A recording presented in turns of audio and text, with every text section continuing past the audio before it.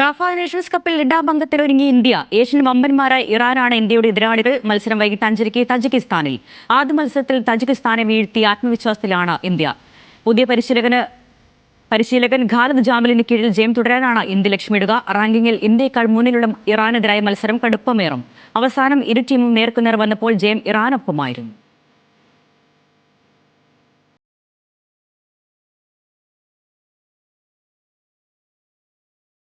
KCL Thrissur ടൈറ്റൻസും Alleppey റിപ്പിൾസും നേർക്കുനേർ. തോൽവിയിൽ നിന്ന് തിരിച്ചുവരവാണ് ഇരു ടീമുകളും ലക്ഷ്യമിടുന്നത്.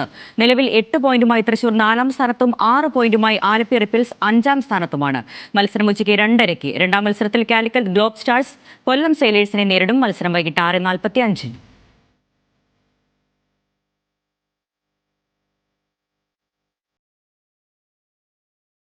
ഇന്ത്യയുടെ ഏകദിന നായകൻ രോഹിത് ശർമ്മയും ടെസ്റ്റ് നായകൻ ശുഭ്മാൻ ഗില്ലും പ്രീ സീസൺ ഫിറ്റ്നസ് ടെസ്റ്റ് പാസ്സായി.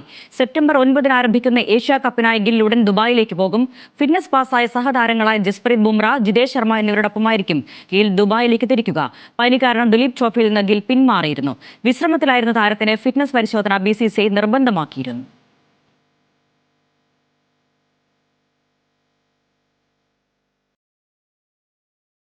അണ്ടർ-17 വനിതാ സാഫ് കപ്പിൽ ഇന്ത്യ ചാമ്പ്യന്മാർ. ചാമ്പ്യൻഷിപ്പിൽ 15 പോയിന്റുകളുമായാണ് ഇന്ത്യ കിരീടം സ്വന്തമാക്കിയത്. അവസാന മത്സരത്തിൽ ബംഗ്ലാദേശിനോട് പരാജയപ്പെട്ടെങ്കിലും 1-ാം സ്ഥാനം നിലനിർത്തിയാണ് കിരീടം ചൂടിയത്.